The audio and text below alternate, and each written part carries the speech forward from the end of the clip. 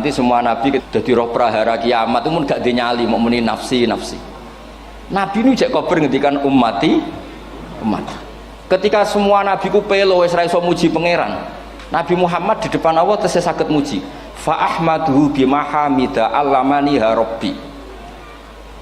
Ketika nabi lain sudah tidak punya nyali bilang alhamdulillah, Rasulullah masih punya nyali bilang alhamdulillah. Sehingga fa Muhammadun ahmadu min ghairi. Hampir semua ulama ngendikan ahmadu yang Muhammad itu af'al tafdil. Fa Muhammadun ahmadu min ghairi. Ketika nabi lain sudah tidak bisa atau tidak punya nyali memuji Allah, Nabi Muhammad tasih berani memuji Allah ketika mahsyar. Kula niki cerita ibadah sing ringan-ringan mawon. Tapi dadekno mlebu swarga. Amin. Terus kula badhe cerita siji mazhab Hasan Sadzili. Terus Hasan Sadzili niku thariqah sing dianut Gus Wafi. Kula nggih beberapa kali dapat ijazah saking Mbah Mun saking bapak kula. Di antaranipun nggih pesen teng Gus Wafi, sebagian lewat kula ziarah teng Baruzak nggih. Baruzak Termas. Abdul Hasan Asyadili itu nate pas teng dalem ditamoni pemuda. Pemuda niku ngrutu. Di kampung kami banyak maksiat, di kampung kami banyak kesalahan. Niku sepundi? Jawab Abdul Hasan Asyadili niku ringan. Sing jelas mboten sragen. Contohnya mboten sragen. Sakjane nggih persis, tapi umum niku dereng ngeten sragen. Kok tenggen kula kathah maksiat ngeten-ngeten. Jawab Abdul Hasan Asyadili enteng ngoten. Man ahabba alla yu'sawaha fi ardi alla yu'sawahu fi ardi faqad ahabba alla tadhara maghfiratu wa alla tadhara syafaatuhu sallallahu alaihi wasallam. Dadi wong bayangno donya ora ana salah iku padha karo ora kepengin roh ghafure Allah Subhanahu wa taala. Mulane mazhab Sadzili paling bandel, ngurusi wong bandel paling bandel nggih mazhab Sadzili. Angger kiai Sadzili iku ora umate macam-macam. Mulane teng Indonesia niku kepenak, sing keturunan putih seneng nabi, sing ireng nggih seneng nabi, sing ra keturunan nggih seneng nabi. Mulane setan ku bingung. Nyangkone sing seneng nabi keturunan putih tok, sing seneng keturunan ireng ya seneng nabi, sing ra keturunan ya seneng nabi, sing lakenan ya seneng nabi. Jadi kelompok itu kathah sangat. Ini penting kalau aturaken mergi madhab Sadzili niku pancen dados pembanding madhab Sayyid Abdul Al-Haddad. Madhab Abdul Hasan Asyadili niku sing paling masyhur diriwayataken dening Shahibul Hikam. Mergi Ibnu Athaillah As-Sakandari muridé Abdul Abbas Al-Mursi, Abdul Abbas Al-Mursi muridé Abdul Hasan sinten Asyadili. Niku madhab ingkang bener-bener jadi pembanding. Mergi teng bab husnudzon niku beliau itu pakar. Orang itu bisa yarjuwa hawal yaumil akhir. Orang itu bener-bener dibikin nyaman mbek Allah mbek Rasul. Misalnya ngeten, sampean sowan Allah iku kudu arep-arep disangoni. Kena arep disangoni berarti nganggep Allah iku medhit. Mulane tomak niku penting. Tapi mbek pangeran aja mbek wong, tapi mbek pangeran mbek. Dados limangka yarjuwa hawal yaumil akhir. Riyen niku zaman kula alit, niku anggere ana santri lunga iku sanggu sak umbalan. Mergo yakin kiai iku nyangoni. Lho diyakini nyangoni ku keren, berarti diyakini lomo. Lha kok yakin mlebu neraka, berarti nganggep Allah gak Rahman Rahim. Mulane yakin mlebu napa? Swarga. Mau modal urun maulid sak dirham ora urun malah entuk. Terus niki rontok-rontok salah tapi semoga-moga itu sepura pangeran. Nggih wau. Nek sampean bener niku sifat ghafuri Allah nganggur, nggih. Kerhane efektif ana sing salah. Mulane wonten cerita wonten tiyang teng multazam donga ya Allah kula paringi mboten nate salah. Iku jawabe pangeran fa'ina adhu ghufra. Wong ora tau salah sifat ghafur iku nganggur. Niki cerita sing sampean aja niru kula. Niki cerita ilmu. Niku mazhab Abdul Hasan apa? Asyadili. Benten mazhab Sayyid Abdul Al-Haddad itu jalure khauf. Jadi dosa gede apa cilik? Ora ana gede ora ana cilik. Aja delok sing mbok dosani, aja delok dosane tapi delok sing mbok dosani iku sapa. Misale Gus Wafi ngutus santri teng mriki, "Cung, tukokno rokok." Rokok itu barang makruh misal. Mestinya kan santri oleh bantah, niki kiai ku piye to barang makruh kok kon nuku. Tapi masalahnya kan arah dituruti ya gelo tenan. Jadi aja delok kongkonane iku penting ra penting, tapi mukhalafah iku sababul fir. Misalnya kados kula niki teng mriki kan wonten botol minuman. Cung pindah rene itu kan barang sepele. Terus sampean takok urgensinya apa ya harus dipindah. Iku santri mangkelno to.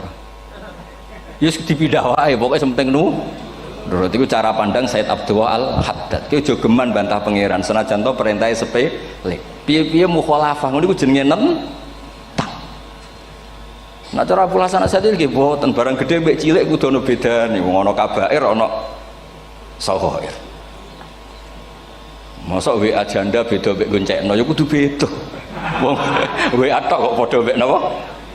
Goncekno ya kudu beda, kudu ana saghair, kudu ana napa? Kabair. Tapi cara Said Abdul Haddad mboten delok sing mbok maksiati ku sapa. Sehingga khazanah kita niki penuh dengan ilmu. Mulane itu wonten bab ijtihad. Ijtihad niku ruangannya luas sekali. Ya kula bolak-balik nyontokno. Kula sakniki kan jare wong akeh kiai gedhe. Jare wong akeh kula niku kiai gedhe. Nek diundang manakipan tangga yo bingung. Ora teko sawane kiai gedhe sombong diundang wong cilik ora teko. Teko iku mahjubno kiai sing ora tau pahayu. Wih bingung. Nyatane kula ora teko nggih do matur nuwun Gus. Athok kula mboten lakon. Nah kula teko kan mesti ordere teng kula mboten. Cara sing tok pitik gedhe nggih kula, salam templek gedhe nggih kula. Berhubung kula ora teko ngresgeni tiyang kathah. Saiki misal wonten takok, kiai gedhe diundang musala cilik kesunatan teko apa makruh teko? Cara ijtihad, cara sampean makruh teko napa kesunat? Kula misale diundang ning Sragen ning musala Penceng. Kula niku sunat teko napa haram teko?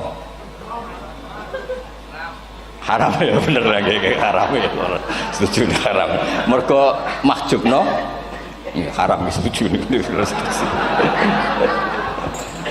Itu ijtihad. Ijtihad itu ranahnya itu karena nggak bisa ditebak. Ijtihad itu nggak bisa ditebak. Kalau gak ada cerita kata tentang ijtihad, niki betapa umat Rasulullah umat sing bejo, pilihan-pilihan ijtihadnya dibenarkan. Masyhur tenggene cerita Bani Quraidah. Nabi ngendikan, engkau kue jogeman sholat asar kecuali sampai neng kampung Bani Quraidah. Ternyata kurang 2 kilo atau 3 kilo matahari itu mau terbenam. Sebagian sahabat sholat sebelum sampai Bani Quraidah karena takut sampai Bani Quraidah sudah kodok napa asar. Sebagian tetap sholat di Bani Quraidah meskipun sudah kodok asar. Ketika lapor Nabi semuanya dibenarkan. Semenjak itu ada pintu sing darani pintu napa ijtihad. Mulane kula bolak-balik cerita. Wonten kiai nak tangkok, "Jong kowe ngaji wek sapa? Ngaji kalian tiang niki." Kiaimu tau nangis mboten? Lereni ngaji wek kiai ra iso nangis, berarti atine atos. Nak Abdul Hasan Asy'ari takok, "Jong kowe ngaji wek kiai sapa? Kiai fulan." Tau guyu mboten nate, lereni. Kiai ra iso syukur mbok jeni. Kiai ra iso syukur kok mbok jeni. Karena itu masalah ijtihad. Nggih, masalah napa? Ijtihad. Ijtihad itu polanya enggak jelas. Wonten kiai ora gelem mulang wedok nggih kathah, alasane wedi fitnah. Wong pancen iman pas-pasan mawon nembe wong ayu ya bingung. Tapi nak diwalik, nak kiai ora gelem mulang wong wedok, terus sing mulang wong fasik, to aliran sesat iku ya repot. Kowe ngerasa paling gak sesat. Ya sudah seperti itu masalah-masalah napa? Ijtihad. Nah, kalau tak cerita saat ini balik cerita tentang Burda. Burda nu nak ngelem Kanjeng Nabi. Niku pancen dielmoni tenan. Kalau niku Burda berjanji tiba niku setengah hafal. Pancen riyen mbah kula buyut-buyut kula niku pesene ken hafal tiba, hafal berjanji, hafal Burda. Wis mboten ngengken ngapal loh, tapi karena sering baca akhirnya hafal. Kalau beri beberapa contoh, ngelem niku nak mboten dielmoni itu kualitasnya tidak bagus. Tapi kalau dielmoni itu kualitasnya bagus. Kalau beri contoh begini.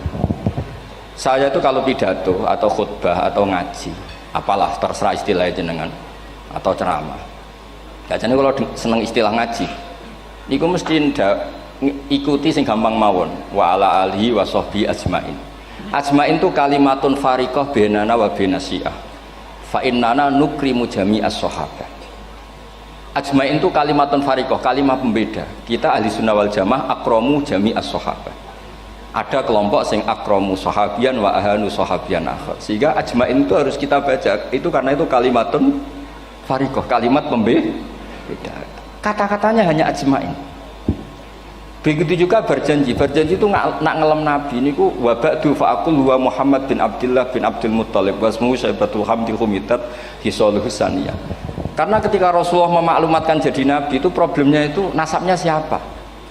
orang-orang yang di Palestina, di Israel, di Yordan, di Syam kalau dulu itu alamatnya Nabi itu harus turunan Ibrahim. Ibrahim sementara orang Syam menurut pengetahuan orang-orang Yahudi Syam. Maka saya berjanji menunjukkan dulu kalau nasabnya Muhammad tuh ini. Terus sampai warafuhu ilal khalili Ibrahim, terus ila dzabih Ismail nisbatu wa muntama. Terus setelah itu terus beliau ngendikan wa adnanu bila raibin inda dzabil ulumin sabiyah ila dzabih Ismail nisbatu wa muntama. Terus ketika berjanji di Karang itu sudah ada faham-faham yang seakan-akan babahnya Nabi itu ada masalah. Terus beliau ngendikan ini Syaibatul Hamdi, Sayyid Abdul Muthalib itu orang yang ketika buka Ka'bah, buka Zam-Zam, saurip-uripnya muji pangeran. Terus banyak lagi wasumi'a fi sulbihin Nabiyyu sallallahu alaihi wasallam dzakarallaha ta'ala walab. Mbah yang ini bahkan dengar ketika Nabi masih di punggungnya membaca tasbih. Terus sampai fa'azim bihi min ikdin ta'allaqat kawakibud durriyah wa kaifala wa sayyidul akramu sallallahu alaihi wasallam wasitatuhumun. Nabi itu orang suci, makanya harus lewat rahim yang suci, harus lewat bapak yang suci, mbah yang suci, sampai ila khalilir rahman Ibrahim alaihis salam. Makanya terus dinagumkan nasabun tahsibul ula bikhulau, terus tarokus sifaha falam yusibum aruhu min adami wa ila abihi wa ummihi. Karena kabeh sonal ismihi, semuanya itu untuk menjaga asmane Nabi Muhammad sallallahu alaihi wasallam. Kemudian Burda membentuk itu dalam bentuk nazuman. Misalnya beliau ngendikan Rasulullah itu mutiara. Jadi ketika dakwah berpola ya baik, ketika tidak berpola juga baik. Beliau cara muji Nabi faddurru yazdadu husnan wa huwa muntazimun. Namanya mutiara ketika diuntai pasti sangat indah. Tapi terus-terusannya itu wale sayangku suqadran ghairu muntazimi. Tapi namanya mutiara, mbok berserakan pun tetap indah. Jadi unik. Berarti ketika beliau uji Nabi dakwah tertib pernah. Sholat tuh harus begini, harus begini, harus begini. Beliau sholatnya tuh makninah tertib. Tapi Nabi pernah sholat gak tertib. Duhur tuh 2 rakaat. Mana anak kiai rodok lalinan itu ya anak sana tuh. Duhur itu 2 rakaat. Tapi barokahnya Nabi duhur 2 rakaat diketahui cara sholat kalau salah itu gimana. Umpama Nabi sholatnya bener terus, itu akan kesulitan kita solusinya ketika ngalamin apa? Kesalahan. Makanya Nabi ngendikan ma kuntu ansa walakin unassali as-sunnah. Itu mestine ra tau lali, tapi didesain lali biar bisa jadi sunnah. Wonten tiyang salate suwi maca surat Baqarah. Wonten tiyang badhe njupuk wedhuse lah cara Indonesia. Bareng kesuwen piyambake mufaraqah. Walhasil Mu'ad matur Nabi, ini munafik di tengah-tengah sholat kok mufaraqah. Si penggembala unta ini juga ngeklaim, ya Rasulullah imam kita tidak benar, sholatnya kesuwen. Pikirannya wong ora bela imame. Ternyata Nabi gak bela sing ngangon. Afattanun anta ya Mu'ad. Wong imame wong seragen surat Baqarah. Wis pokoke kulo wae. Jadi Islam itu segampang itu, semudah itu. Sehingga wonten tiyang niku isane maca kulhu, rakaat ula nggih kulhu, saniyah nggih kulhu, pokoke kulhu. Sampai sok makmume ku mangkel. Waduh, si imam itu gak keren, mosok main apa? Kulhu. Dilaporno, ya Rasulullah ini imam yang kau tugaskan di kampung kami ini amen maca kulhu mau. Ditimbali be Nabi, kenapa kamu baca kulhu terus? Li annaha sifatullah, karena itu sifatnya Allah. Maka saya senang mengulang-ulang sifatnya. Terus kata Nabi, saya barusan dikasih wahyu Allah bahwa Allah mencintai kamu karena kamu mencintai surat kulhu. Nah ini ijazah yang seragam ini niku mawon. Nanti maca timbang maca idza samsu kuwirat bulet nang tengah. Jajal ampun aku tak tes sakniki. Kiai paling pinter teng Sragen kan maca idza samsu kuwirat di depan umum. Mungkin nak dhewean roh tapi nang ngarepe Habib doa ngarepe Gus Wafi meriang nak ra muntir. Watang ngoten niku kula ndek kanca niku imame level desa bareng imami teng kecamatan salat Id. Mersiapno surat tabarakallazi biyadil mulk. Suwengi diapalo lanyah sampe ambeke hafid. Niku nyatane ya malah klirune fatal, malah lali ra maca Fatihah. Saking semangate ben ketok imam keren maca surat napa? Tabar. Dadi yo ribet. Terus kula suwun seneng Nabi niku kados senenge para ulama. Niku nak nyipati Nabi niku gampang. Kalau niki beto kitab Saraipun Burdah kalian Saraipun Barjanji. Niku kalau ngelem Nabi, niku sederhana sebenarnya. Tapi itu yang mengena. Bisa ulang lagi niku sing mengena. Misalnya Dawe Imam sing aran Risalah Qusyariyah. Tegene Bukhari ini cerita Bukhari. Nanti semua nabi ketika di akhirat tuh nafsi. Jadi roh prahara kiamat itu mun gak dinyali mau muni nafsi. Nabi ini jek kober ngendikan umat. Ketika semua nabi ku pelo wis ra iso muji pangeran, Nabi Muhammad di depan Allah tesih saged muji. Fa ahmaduhu bima hamida allamani ha rabbi. Ketika nabi lain sudah tidak punya nyali bilang alhamdulillah, Rasulullah masih punya nyali bilang alhamdulillah. Sehingga fa Muhammadun ahmadu min ghairi. Hampir semua ulama ngendikan ahmadu yang Muhammad itu afal tafdil. Fa Muhammadun ahmadu min ghairi. Ketika nabi lain sudah tidak bisa atau tidak punya nyali memuji Allah, Nabi Muhammad masih berani memuji Allah ketika mahsyar. Karena logikanya begini, kira-kira pikirannya nabi-nabi ini wis kiamat, berarti amal wis ditutup lah, buku wis tutup. Tapi pikirannya Nabi Muhammad boten ngoten. Allah itu tidak diganggu oleh apapun, tidak kena atau tunduk sama konstitusi apapun. Sampean ra iso ketemu Allah nih pun akhirat, jenengan pun boleh macam-macam nih, pun tutup buku betul sakit. Rahmatnya Allah tidak bisa dibatasi oleh akhirat. Saya ulang lagi, rahmatnya Allah tidak bisa dibatasi oleh akhirat. Makanya Nabi tetap berani mengajukan syafaat meskipun sudah finish, sudah akhirat sudah finish. Sehingga Nabi muji-muji Allah, akhirnya Allah ngendikan ya Muhammad irfa' ra'sak wasal tu'tah wasfa'tu syafa'. Sudah Muhammad, kamu minta apa tak kasih. Saatnya beliau minta hak nopo syafaat, disebut maqamam mahmud. Lan ini kula waos kitab kersane orisinil niki betapa sayangi Rasulullah sallallahu alaihi wasallam teng kita. Ketika nabi lain tidak punya nyali kecuali mikir dirinya sendiri, dia niku punya ngendikan nafsi, Nabi Muhammad tasih gada nyali ngendikan apa ummati. Itu bukti bahwa nabi itu enggak pernah enggak mikir umatnya. Wala sawfa yu'tika rabbuka apa? Fatar. Ini Nabi cek jawab fawwah la ardo wa wahidun ummati finnar. Kalau engkau memberi saya sampai saya puas, maka saya tidak puas dan satu dari umatku masih menjadi ahli neraka. Ini kalau waos nak sampean orang nangis kebablas. Ini cerita betapa Rasulullah Shallallahu Alaihi Wasallam. Niki jarang tiang maos niki kalau waos kersane tambah mahabbat dengan Rasulullah Shallallahu Alaihi Wasallam. Dados niki kalau cerita ketika Rasulullah ketemu pangeran teng Sidratil Muntaha, niku diredaksekno burdah, nggih diredaksekno burdah, fakhusta kulla fakharin ghaira mustarakin. Engkau mendapat kehormatan yang tidak tersaingi. Fakhusta kulla fakharin ghaira mustarakin. Jadi engkau mendapat kehormatan yang tidak akan tersaingi. Wajusta kulla maqamin ghaira mustahami atau wahusta kulla maqamin ghaira mustahami, dan engkau mendapat satu derajat yang enggak mungkin tersaingi. Mustaham itu enggak tersaingi lah. Walhasil ternyata derajat itu apa? Gini ku ketika Rasulullah ketemu Allah Ta'ala teng Sidratil Muntaha niku Sayyidah Aisyah radhiyallahu anha tangklet, ya Rasulullah malladzi auha ilaika rabbuk ifqal fa auha ila abdihi ma auha.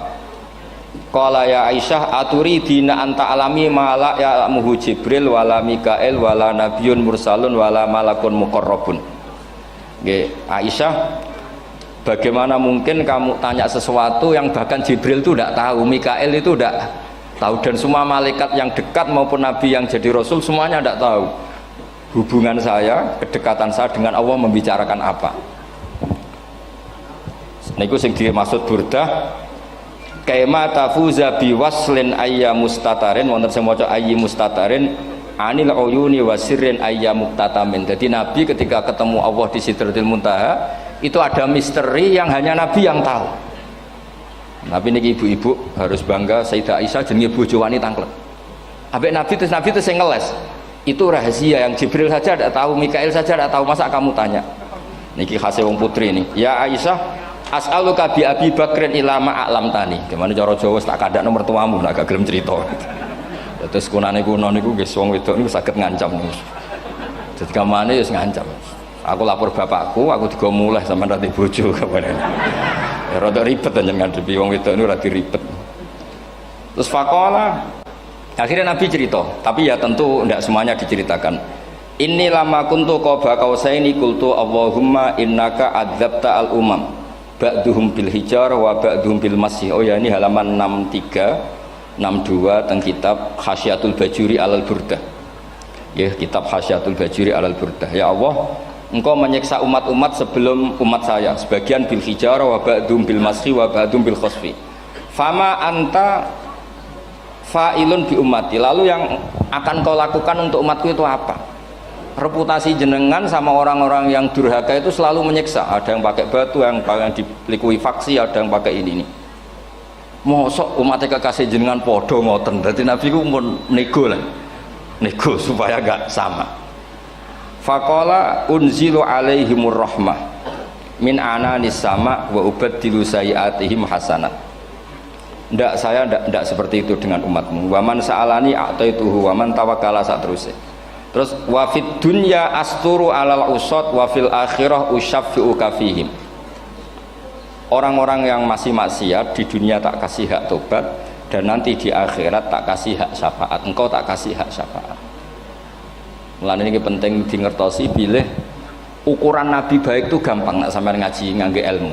Syafaati li ahlil kabair min ummati. Sok syafaatku kanggo ngomong sing salah akeh. Wong Nabi ku ra melok dosa kok mikir nyafaati. Nek rapi apike wong ra mungkin. Wong sing dosa aku sampean, sing salah sampean, sing mikir solusine Kanjeng. Nah, belum wong kok apikane ngono iku gak mungkin ta wong. Wong sing salah ku sampean, sing diutang yang sampean, sing kasus sampean, sing mikir Kanjeng. Nah, itu cara ulama ngelem Kanjeng Nabi. Mulane khodam tuhu bimadihin astaqilu bihi dzunuba umrim madha fi syi'ri wal khodami. Dadi aku ngelem Nabi iku sebagai bentuk ngelem sing ndadekno dosaku ben disepuro pangeran. Misalnya kita suka Alphard, muji Alphard, suka Innova, muji Innova, suka kebun, muji kebun. Sing ribet tuh nak suka hewan, seneng kucing nggak ngelem kucing. Lu bareng ngelem Kanjeng Nabi kok ora iso.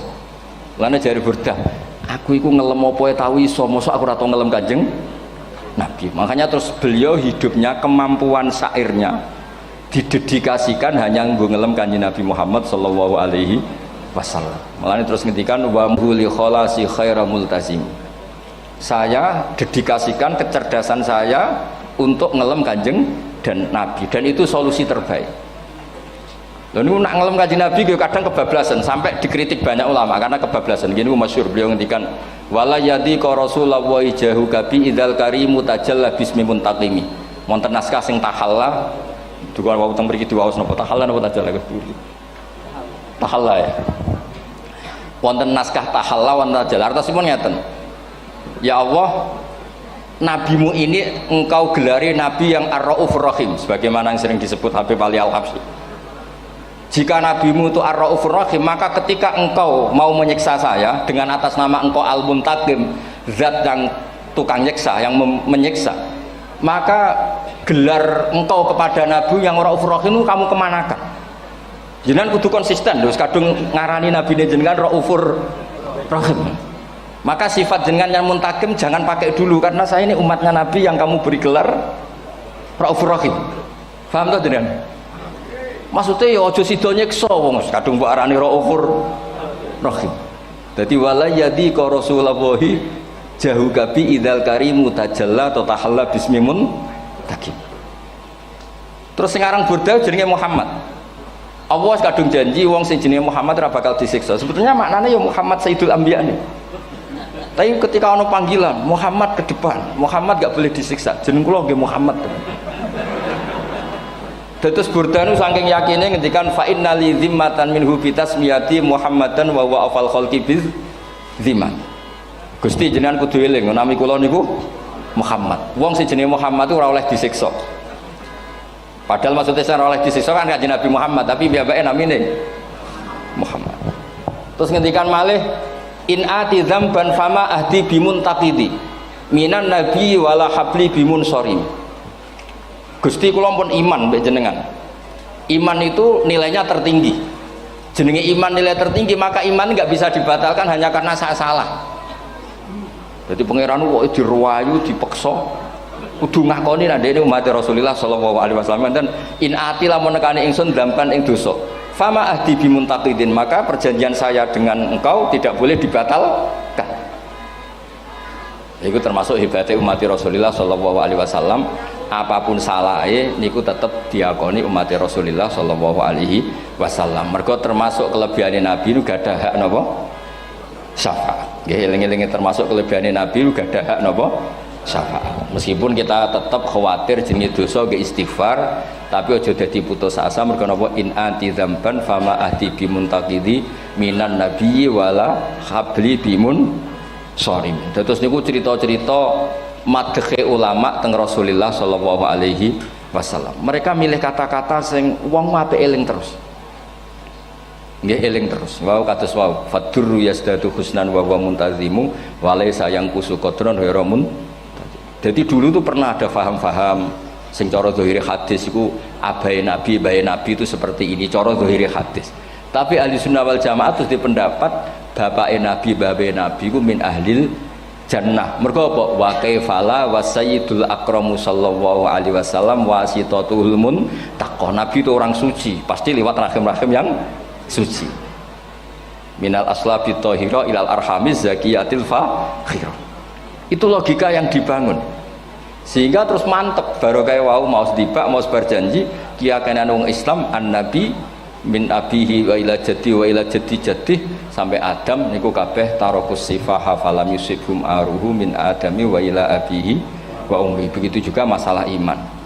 Soal misalnya ada pertanyaan ilmiah, lalu Ibrahim gimana? Karena nanya Azar itu kafir. Zaman ada Nur Rasulullah sallallahu alaihi wasallam, Azar belum kafir. Setelah intikal ke Ibrahim baru Azar kafir. Atau ada yang menjawab istilah abun di situ itu majaz. Sebetulnya Azar bukan bapak kandung tapi apa? Paman. Selalu ada jawaban ilmiah dari ulama-ulama ahli sunnah wal jamaah. Tapi kalau pesen teng jenengan sementing niku mau sedibak berjanji napa bodan itu ada 1-2 bait yang jenengan tahu maknanya. Sehingga nanti kualitas mahabbah kita, kualitas kecintaan kita pada Rasulullah sallallahu alaihi wasallam niku tambah. Misalnya ngeten, kula kan nekuni tafsir ya. Ada ayat rubama yawaddul ladzina kafaru law kanu muslimin. Niku hampir semua mufassir konsensus sepakat jeng ben nek wong Islam mlebu neraka. Niku sampean kudu donga, nek mlebu neraka muga-muga jejer wong kafir sing kecangkeman. Niku dinyek. Jarene iman nekani mau oleh jutene neraka padha wae aku. Apa meneh misalnya sampean hafal Quran jejer wong sing hafal jare kapit kok ora mlebu napa neraka. Kudu ana sing ngenyek. Mergo Allah nu tersinggung sakwise ana wong sing napa ngenyek. Akhirnya Allah tersinggung. Niku sing diceritakno tiba. Wa izzati wa jalali la ja'altu man akhlasa li bisyahadati kaman kadzdzaba bi adkhiluhumul jannata bi rahmati. Ora iso wong dekne tauhid apapun salahe wong dekne ndek tauhid ora ngarah dadi ahli neraka selawase kaya wong kafir. La ja'altu ora bakal gawe sapa ingsun man akhlasa li bisyahadah orang yang tauhidnya benar kaman kadzdzaba bi sebagaimana orang yang tidak bertauhid sama saya adkhiluhumul jannata bi rahmati. Padahal Allah dilapuri malaikat, malaikatnya kira diprovokatif. Malaikatnya lapure wajadnahum asrafu ala anfusihim wa wajadna amalahum minadz-dzunubi ka amsalil jibal. Jare pangeran wis timbang seputi Gusti, wanane salah tok. Reputasine salah tok. Ghairu annahum yasyaduna alla ilaha illallah wa anna muhammadar. Niku jawabe pangeran wa izzati wa jalali la ja'altu man akhlasoli kaman kadzdzaba bi adkhiluhumul jannata bi rahmati. Nah, lafat-lafat seperti ini kita akan punya harapan ketika ndelok umat sing carane iman tesih blepotan, carane salat cek blepotan, carane zakat cek blepotan. Kita selalu punya harapan barokahnya iman, barokahnya mahabbah ning Rasulullah sallallahu alaihi wasallam, mereka tambah hari tambah baik. Jangan beragama yang tidak punya harapan, karena agama ini bagi yang punya harapan. Dimangka yarjuwa wal yaumal akhir, bukan yang tidak punya harapan. Wong Kanjeng Nabi sekaruan Nabi orang terbaik dilarani wong Taif, disiksa wong Mekah. Niku malaikat usul kula siksane ya Rasulullah karena mereka menghina kekasih Allah. Mereka ada iman. Nabi masih punya harapan. Mungkin mereka ada iman. Tapi asawah ayyukhrija bal arju ayyukhrijawah min aslabihim may ya'budu wa la yusyriku bihi syai'an. Anak bapak orang iman, aku cek diharapan anak putune iman. Dan sedekah Rasulullah sallallahu alaihi wasallam. Saniki kata bapak era poso, anake melok TPQ, bareng poso njuk gendong, akhirnya bapak izin melok poso. Bapake maca Quran ra tau. Bapake nekani wisuda anake hafid. Mana bapake ora kena dibentuk, ya arep-arep napa? Anake. Nah anake ora kena dibentuk ya arep-arep putune nganti Imam Mahdi turun nang ngoten mawon. Pokoke agama niki limangka nayarjuha wal yaumal akhir. Terus kula suwun sak napa? Madzhab Abdul Hasan Asyadzali. Nggih pancen madzhab niku kathah, tapi kula suwun agama teng zaman akhir dawuh Mbah Mun kudu kathah rojae. Nggih mergi walladzina amanu asyaddu hubbal lillah. Dawuh Imam Ghazali ar-roja yuqaddam alal khauf. Mergo roja dadekno mahabbah. Orang yang punya harapan itu lebih mudah mahabbah. Dan hubungan kita dengan Allah itu hubungan mahabbah. Ini ku walladzina amanu asyaddu hubbal lillah. Saman roh anake wakal kok hubungane putus asa mesti maksudno. Tapi nek hubungane iso wae saiki nakal so ben gak. Iso wae saiki goblok so ben gak. Senajan to so ben ra terbukti lah, penting hidup itu ada harapan. Guys, penting hidup itu napa? Ada harapan. Kata ulama ngendikan afdhalul ibadah intizarul farad. Apa-apa ibadah selalu punya napa? Harapan. Terus Indonesia yang seperti ini kita berharap akan lebih baik, akan lebih baik. Wong cilik kula niku sing jilbaban mau keluarga ketok. Saniki kathah tiyang napa? Jilbaban. Cilik kula tiyang salat kuwi masjid nggih mboten serame sekarang. Sampeyan ra iso grutu, tapi salat tok tapi atine ngene-ngene. Wah ya ribet nak ngoten sampeyan nyoal ideal nggih ribet. Pira-pira gelem napa? Pira-pira purun napa? Salat purun teng masjid. Sama ndak usah memaksa ideal, wong kita ndak pernah napa? Ideal. Terus kula suwun cerita-cerita teng tiba, teng berjanji bahwa Nabi sahibus syafa'ah. Nabi nu tiyang sing peduline napa ummati. Jadi ketika Nabi lain mboten gadah nyali ngadepi hisab, ngene iku do muni nafsi, Nabi tesih gadah nyali mikir umate ngendikan mati. Carane apa? Muji pangeran bimahamida allamani rabbi. Lane dawuh iki teng ulama-ulama dawuh fa Muhammadun ahmadu min ghairi. Makanya summiya Muhammadan mergo li annahu satu wasammihi idza wada'atihi Muhammadan li annahu satu madun apa? Ubah wa summiya Ahmad li annahu ahmadu min ghairi. Niku hampir semua ulama ngendikan ketika teng mahsyar semuanya Nabi gak punya nyali untuk matur minta sama Allah. Mergo wis kiamat berarti wis Nabi tesih ada pikiran Allah itu tidak terhalangi oleh kiamat, Allah tidak terhalangi oleh akhirat, Allah tidak bisa dihalangi apapun, sehingga Nabi tetap wani jaluk pangeran. Berarti mujine Nabi itu lebih tok karena tahu Allah itu tidak terbatasi. Nah karena Allah tidak terbatasi, podo-podo Allah wapian, wis tak jaluk kanggo umatku sing mati alat tauhid. Berhubung Nabi ngoten terus Allah ngendikan ya Muhammad irfa' ra'sak napa wasal tu'tah wasfa tusaffa. Muhammad kepala kamu angkat, kamu minta apa saya turutin. Terus Nabi minta hak napa syafaat. Seseorang bertobat. Dulu umatnya Nabi Musa ada yang menyembah anak sapi ijel, itu harus tobat. Itu tobatnya ekstrim betul. Kalau tobat sekarang kan cukup istighfar sama istighosah. Kalau dulu enggak, liyak tulal bari umingkum al mujrima, yang terbebas dari dosa menyembah anak sapi, membunuh yang terlibat atau pernah menyembah anak sapi. Makanya ayatnya apa? Fatubu ila bari'ikum faqtulu anfusakum. Ya, jadi orang-orang yang pernah menyembah anak sapi itu tobatnya apa? Faqtulu anfusakum. Sebab itu semua ulama berkewajiban menerangkan nasa mansuh. Sampai Sayyidina Ali suatu saat ada mubalek atau ustadz itu ngajar di masjid, ditanya, kamu tahu nasa mansuh enggak? Enggak tahu. Terus kata Sayyidina Ali, berhenti jadi mubalek, lisensinya dicopot, kemudian halakta wa ahlakta, kamu rusak juga merusak. Kenapa demikian? Logikanya begini, semua nabi itu kan panutan. Saya ulang lagi ya, semua nabi itu panutan. Tapi kalau kamu tidak tahu nasaman, so jangan-jangan kamu ikut nabi sebelum kamu, yang nasahnya itu syariatnya sudah apa? Mansukhoh, sudah di nasah. Itu kayak kasus Sunda Wiwitan itu. Itu gak mau punya Nabi Muhammad karena kurang keren, kurang sepuh. Nabinya langsung Nabi Adam. Resikonya adalah beberapa aliran sesat itu, aliran yang kurang benar itu Zaman Nabi Adam kawinan otomatis sama saudaranya.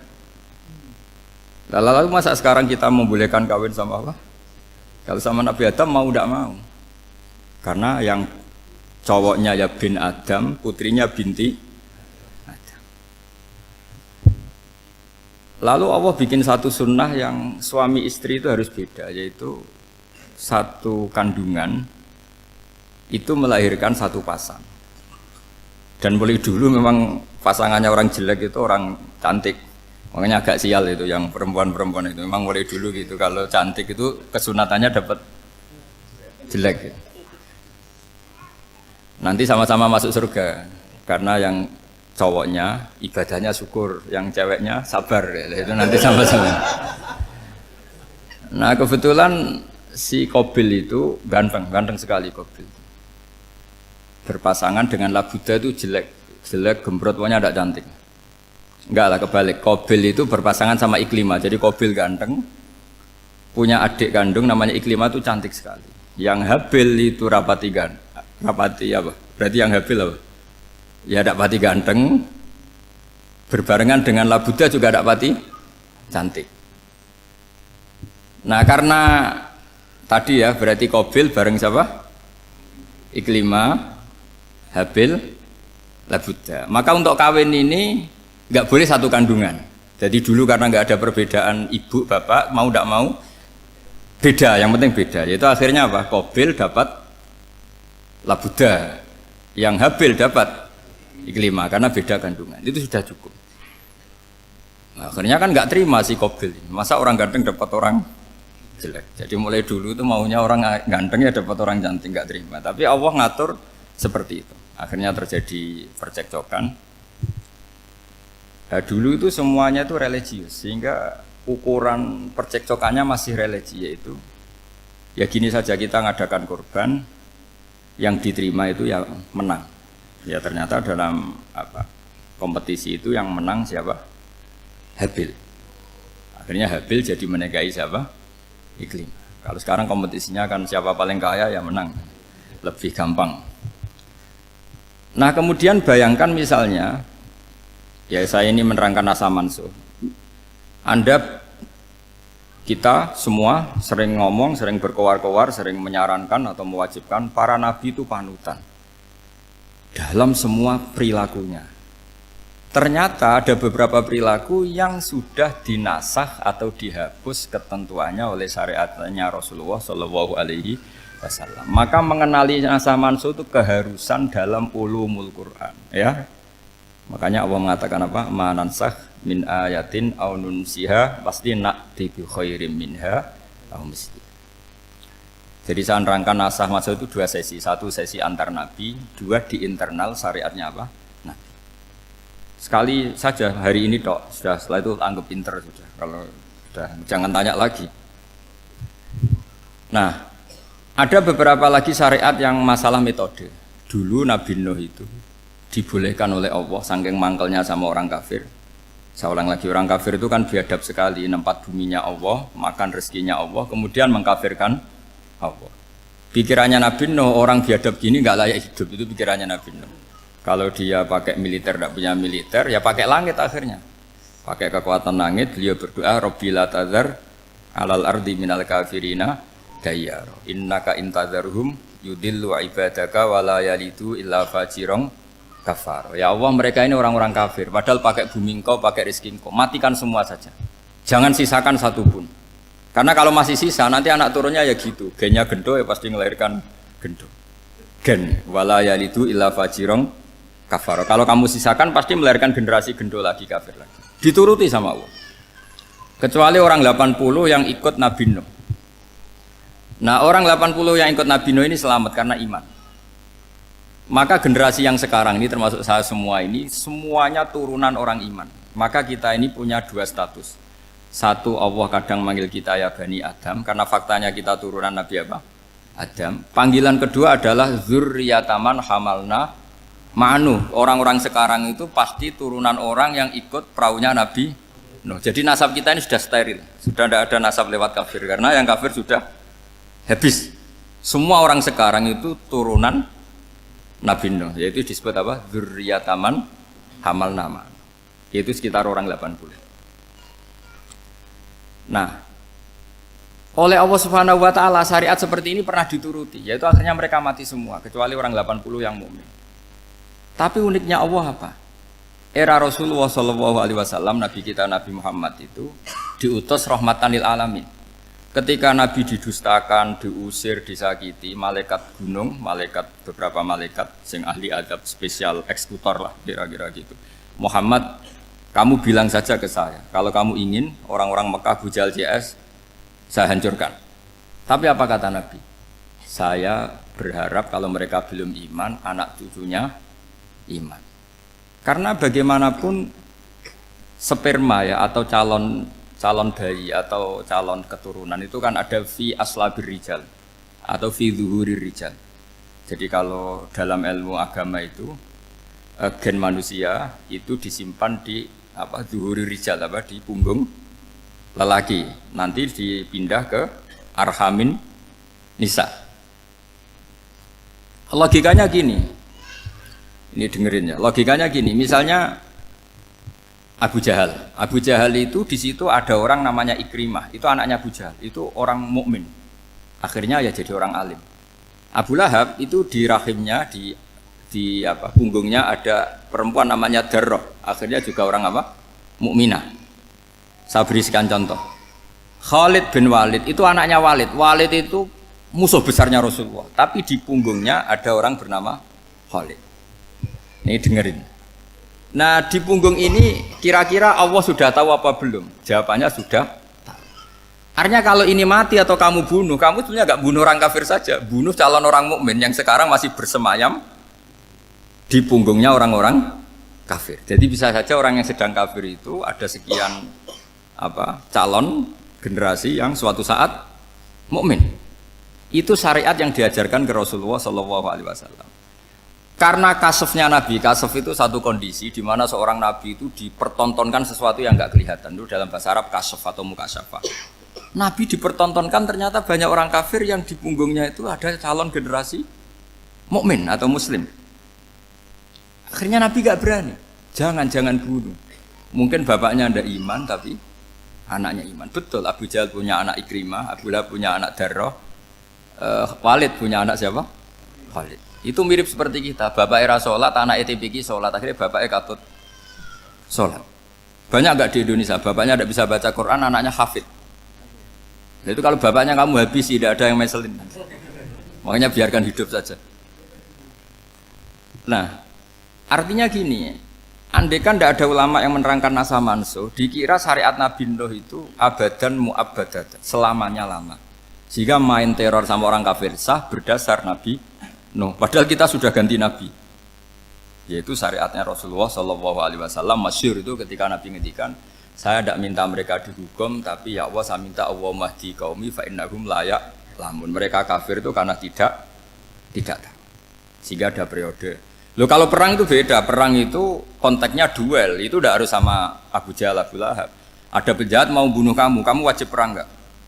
Wajib. Penjahatnya meskipun muslim apa harus kafir? Meskipun muslim.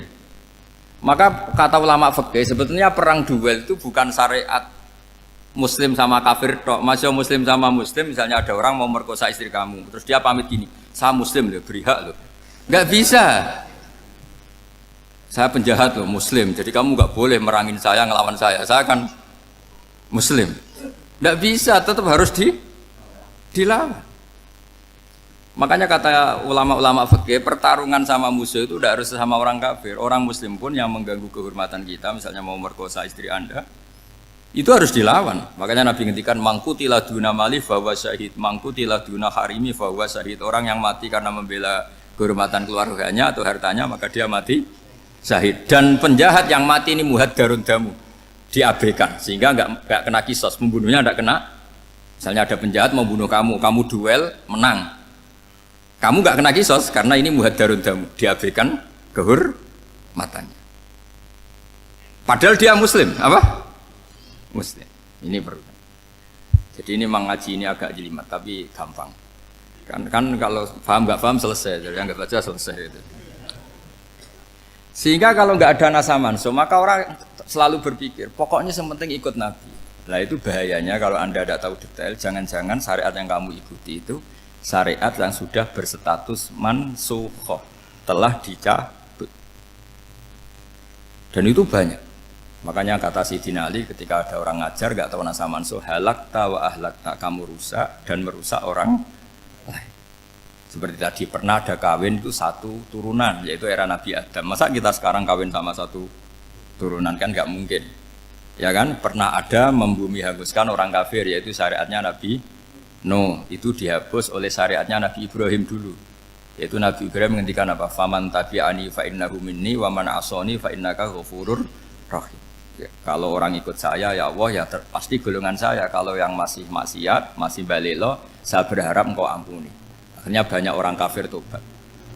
Coba era Rasulullah itu semua orang kafir Mekah itu kafir. Nabi belum wafat. Itu sudah ada 114.000 mukmin semua. Jadi Nabi menangi mayoritas orang menjadi mukmin dari mayoritas kafir, yaitu disebut wara'aitan nasa yadkhuluna fi dinillahi afwaja. Andai kan Nabi Muhammad pakai syariatnya Nabi Nuh, bisa enggak mengislamkan orang sebanyak itu? Enggak bisa kan? Maka ini penting mengenali nasah mansuh. Jadi periode cara wong Jawa maksud no tuntas. Robila tadar itu, pasot tuntas itu, menghabisi itu habis di periode Nabi siapa? No, syariat itu sudah enggak dipakai lagi. Yang dipakai apa? Faman tabi'ani fa innahu minni wa man asani fa innaka ghafurur rahim. Lah Nabi Muhammad ini nabi yang kena khitab anit tabi' millata Ibrahim hanifah. Jadi masternya Nabi Muhammad itu mentornya Nabi Ibrahim. Sehingga syariatnya ya faman tabi'ani fa innahu minni wa man asani fa innaka ghafurur rahim. Tidak syariat rabbila tadzar alal ardi minal kafirina daya. Jelas ya, jadi mengenali nasa mansuh itu penting sekali. Karena kalau tidak, Anda halakta wa ahlakta, kamu merusak diri kamu sendiri, juga merusak orang lain. Karena menfatwakan hukum yang sebetulnya sudah berstatus mansukhoh, hanya berdasar, itu kan syariatnya Nabi-Nabi dulu. Syariat yang apa? Syariat yang nggak pernah terhapus hanya satu, usuluddin, yaitu tauhid, itu sama. Tapi kalau syariat itu beda-beda, atau furu'iyah itu beda-beda. Itu tadi saya beri contoh, era Nabi dulu kalau ada pakaian najis dipotong, dibuang. Era Nabi Muhammad dicuci. Orang kafir dihabisi oleh langit. Era Nabi Muhammad enggak boleh, bahkan didoakan Allahumma hdi qaumi fa innahum la ya'lamun.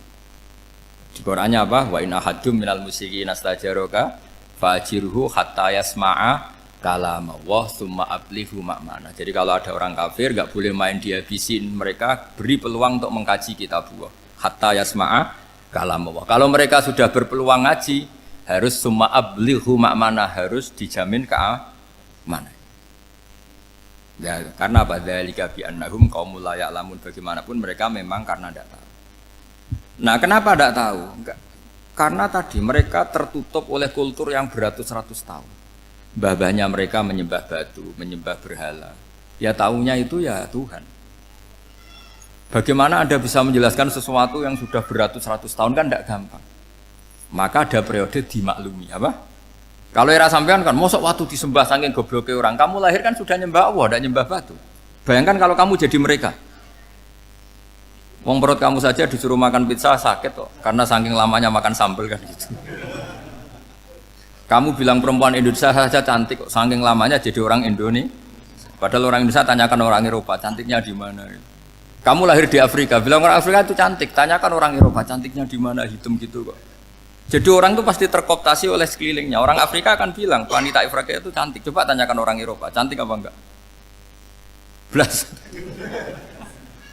Orang Eropa yang kulitnya gitu kata orang Eropa indah, kata sampean. Koyok anaknya kebo katanya kuda jadi. Jadi orang itu akan terkooptasi oleh sekelilingnya. Bayangkan kalau semua orang nyembah berhala terus kamu ndak, alasan kamu apa? Kan menentang mayoritas. Dan itu berat. Maka dimaklumi oleh Allah, dzalika bi annahum qaumul la ya'lamun fi manah panyeruarah. Nah, pemakluman ini yang mulai sekarang terkikis. Orang main pukul saja enggak mau ngaji. Enggak mau ngaji Quran secara kafah. Jadi fatwanya Islam kafah tapi ngajinya Quran enggak kafah. Ngambil 1-2 potongan ayat dipakai dalil. Jadi Islamnya inginnya kafah tapi ngajinya Quran enggak. Kalau kafah ya hafal 30 juz itu. Kalau mau kafah ya hafal berapa? 30. Makanya saya sering dinasihati orang karena belum tahu saya ini hafal Quran. Bapak harusnya Islam itu kafah. Kata saya ya dimulai dari konsep Islam itu kafah dulu, apa ya hafal Quran secara kafah. Jadi ini penting saya utarakan. Bahaya sekali orang mengenali Islam tanpa mengenali nasakh mansukh. Karena beberapa syariat Nabi sebelum kita itu berstatus mansukh. Terus contoh berikutnya, ini nasakh mansukh antar Nabi apa khusus internal Nabi? Antar Nabi aja nggak selesai nih sampai subuh aja nggak selesai. Contoh yang paling keren mungkin cowok semua senang. Nabi Dawud dulu istrinya berapa? 99. Nah itu kalau masih halal itu kan berarti jenengan tuh punya istri berapa? Wah itu kan ngeri betul. Punya satu aja repotnya gitu apalagi berapa? Punya 99. Terus kamu bilang gini, ini kan syariatnya Nabi Dawud, Nabi kan bisa diikuti. Pernah ada periode di mana seperti itu boleh. Jadi makanya mau tidak mau ngenali nasakh mansukh itu harus. Kalau enggak ya kamu masih berkeyakinan boleh beristri berapa? Nah ini penting saya utarakan. Makanya Sayyidina Ali itu kalau ngetes calon mubaligh, kira-kira kalau Kemenak dulu inginnya apa? Sertifikasi apa? Mubaligh. Itu tanyanya gitu. Ta'rifun an-nasakh wal mansukh, kamu apa tahu nasakh mansukh? La. Jawabnya Sayyidina Ali, halak tahu ahlak tahu, kamu orang yang rusak. Karena tadi takutnya ada syariat yang sudah mansukh dipakai. Itu tadi misalnya kita ini tidak umatnya Nabi Nuh, tapi pakai syarat Robbila tadar alal ardi minal kafirina. Terus ketiga begini, misteri manusia itu. Dan ini kita tidak pernah tahu sampai kiamat, tapi ini ilmu harus kita diskusikan. Misalnya saya ini namanya Bahauddin. Saya sekarang hidup sampai 2019 sekarang. Kan hanya Allah yang tahu berapa turunan saya sampai kiamat dan statusnya kayak apa. Donald Trump juga gitu. Donald Trump itu sekarang kafir, tapi kita tidak pernah tahu nanti turunan keberapa ada yang Muslim. Lah turunan yang calon Muslim ini diletakkan di mana kita tidak tahu. Yang jelas kalau kamu bunuh itu katut itu. Artinya gini, logika membiarkan orang kafir itu ya ada logikanya. Gitu. Logika membunuh karena mereka mau membunuh kita ya ada logika fikihnya, karena kalau kita ada membunuh dibunuh. Makanya semuanya hukum ini terus bergantung al-hukmu yaduru ma'ilatihi wujudan wadan. Di sini terus dipertemukan. Makanya semua nabi itu kalau yang namanya membunuh pasti pas perang saja, karena ini kondisi yang memang pilihannya hanya dua, kalau nggak dibunuh ya membunuh. Ada duel lah itu. Maka ini butuh kajian fikih dan orang nggak boleh subjektif dalam hal ini. Saya ulang lagi, tidak boleh subjektif. Karena tadi, orang yang kamu katakan sekarang misalnya Zaid, kamu itu bodoh sekali. Kenapa bodoh? Nggak hafal Quran, nggak pernah kuliah, nggak pernah ngaji. Ternyata Zaid ini bersemayam calon anak yang alim alama hafal Quran. Namanya Umar, tapi masih jadi sperma. Suatu saat Zaid itu punya anak alim alama. Kan banyak orang nggak bisa baca Quran punya anak hafid. Banyak nggak di Indonesia? Banyak nggak petani yang punya anak dekan? Petani punya anak dekan. Yang dekan punya anak naik kelas saja susahnya bukan main. Banyak kan? Nah ketika dibalik nanti ada dekan punya anak goblok, yang petani punya anak dekan pinter mana? Kita tidak pernah tahu. Makanya ini kan ya sudah, kalau nggak pernah tahu ya bilang saja wallahu alam, kan selesai. Daripada keminter keliru kan ada wallahu alam. Makanya cerita favorit guru saya, Kiai Haji Maimun Zubair itu punya apa namanya Kiai Zubair. Itu cerita favoritnya itu ada santri namanya Soleh. Soleh itu alim alama. Orang Madura itu cara berpikir kan kalau kiai saja alim seperti itu, apalagi bapaknya. Pas bapaknya main ke pondok, santrinya ada ribuan. Bapaknya main ke pondok itu, sholat itu ya nggak bener, nggak sesuai sunnah Rasul lah kira-kira gitu. Sudah sholat itu nggak bener, apa-apa nggak bener. Masih ditakwil sama santri Madura karena orang Madura itu kultus. Mungkin khilaf itu satu khusus, pokoknya perlakuan khusus. Suatu saat saking bodohnya orang itu, kenceng tuh pinggir musola. Wah ini nggak bisa ditakwil lagi, akhirnya nggak bisa ditakwil tuh nggak. Wah ini sudah nggak bener ini, bener. Singkat cerita santri tadi nggak kuat matur ke kiainya, Pak Yai, jenengan sealim itu kok bapaknya segoblok itu. Kenapa? Ya, dia kenceng pinggir musola. Oh bapak saya tuh pinter sekali. Kok bisa? Karena beliau yang memutuskan saya mondok sampai saya jadi alim alama seperti ini. Yang bodoh itu mbah saya. Yang bodoh itu mbah saya kan.